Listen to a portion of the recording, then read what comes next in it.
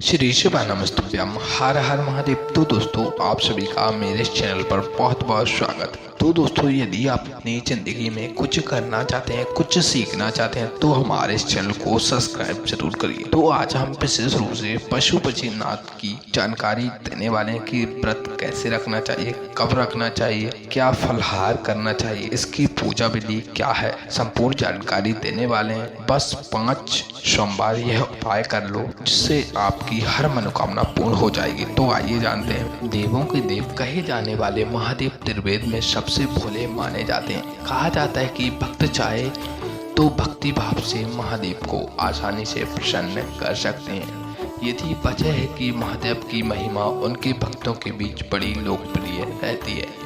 भक्त चाहे कोई भी मुसीबत आन पड़ी हो मगर महादेव के आगे वह क्षण भर की नहीं ठहर सकते। इसीलिए तो भक्त महादेव को प्रसन्न करने का कोई भी मौका नहीं छोड़ना चाहते।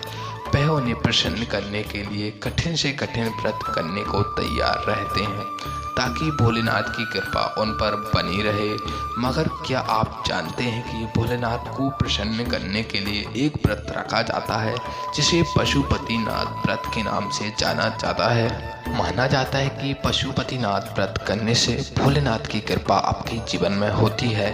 भक्तों पर यही कारण है कि यह व्रत भक्तों के बीच इतना लोकप्रिय माना जाता है। लेकिन हर व्रत की तरह इस व्रत के भी अपने नियम हैं जिनका पालन करना आपको अवश्य आना चाहिए। पशुपतिनाथ व्रत का महत्व। यूँ तो हर किसी के जीवन में कोई ना कोई कठिनाई होती है, मगर जब भक्तों को अपनी इच्छा पूर्ति होते हुए ना नजर आए तो वह महादेव के इस पावन व्रत को कर उनका आशीष पा सकते हैं। कहते हैं कि भक्तों के जीवन की कोई भी दुविधा इस व्रत को करने से दूर हो जाती है।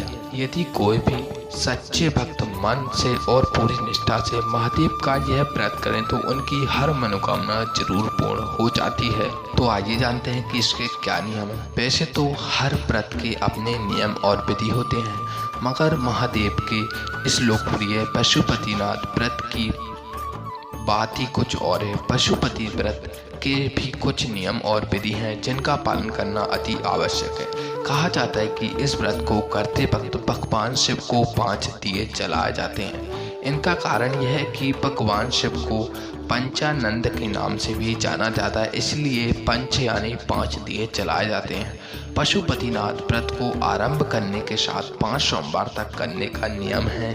सोमवार के दिन व्रत रखने वाले भक्तों को मंदिर में जाकर भगवान शिव की पूजा करना, उनका अभिषेक करना चाहिए। मंदिर में वैसे तो हर व्रत के अपने कुछ विधि और नियम होते हैं, मगर महादेव के इस लोकप्रिय पशुपतिनाथ व्रत की कुछ अलग बात है। पशुपतिनाथ व्रत के कुछ नियम और विधि हैं जिनका पालन करना आपको अवश्य आना चाहिए।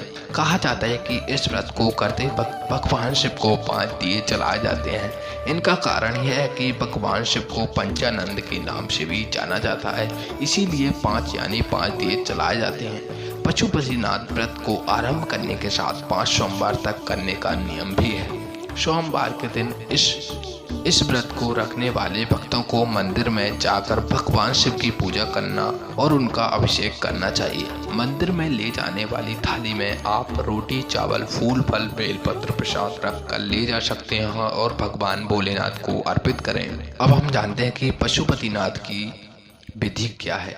यदि आप पशुपतिनाथ व्रत रखने की सोच रहे हो तो इस व्रत को करने की विधि आपको पता होना चाहिए, जो हम आपकी सहायता के लिए यहाँ बता देते हैं कि पशुपतिनाथ व्रत 5 सोमवार तक करना चाहिए। इसके अलावा इस बात का आपको विशेष ध्यान रखना चाहिए कि इस व्रत को आप केवल उद्यापन के पश्चात ही करना बंद कर सकते हैं। पशुपतिनाथ व्रत करने की विधि में सबसे पहली चीज जो शामिल है पूजा विधि, जिसमें सोमवार के दिन आपको सुबह नहा धोकर साफ कपड़े पहनकर मंदिर जाना चाहिए।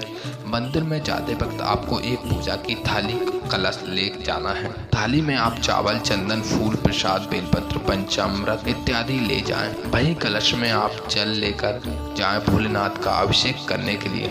अभिषेक करने के पश्चात आप भोग लगा कर दिया जलाएं और भोलेनाथ की आरती करें। सुबह की पूजा के बाद आप फल और मीठा आहार में ले सकते हैं। शाम के पुनः आप वही थाली लेकर जाएं मंदिर में। अगर आप घर के भोग के लिए कुछ मीठा बनाकर अवश्य ले जाएं। इसके अलावा 6 दिए जरूर ले जाएं। मंदिर में पूजा करते वक्त 6 में से 5 दिए जलाएं और भोलेनाथ से अपनी मनोकामना कहें। घर से बना हुआ भोग मंदिर में चढ़ाएं, मगर ध्यान रखें कि इस भोग को केवल 2/3 हिस्सों ही में ही मंदिर में चढ़ाएं और 1/3 हिस्सा वापस घर ले आएं। वही एक दिया भी वापस घर ले आए बिना जलाए। घर आने के बाद प्रवेश करने से पहले एक दिया द्वार पर जलाकर भोलेनाथ का स्मरण करें और अपनी मनोकामना मांगें। इसके पश्चात ही घर में प्रवेश करें। पशुपतिनाथ व्रत में क्यों और क्या खाना चाहिए? व्रत करने के दौरान आप सुबह पूजा के बाद फलाहार कर सकते हैं। इसके अलावा शाम की पूजा के पश्चात आप जो मंदिर से 1/3 हिस्सा भोग लेकर आए थे, इस पशुपतिनाथ व्रत की कथा जानते हैं। व्रत के दौरान सुनी जाने वाली कथा के अनुसार एक बार भगवान शिव अपना भेष बदलकर एक चिंकारे का रूप लेकर निद्रा में बैठे थे। तब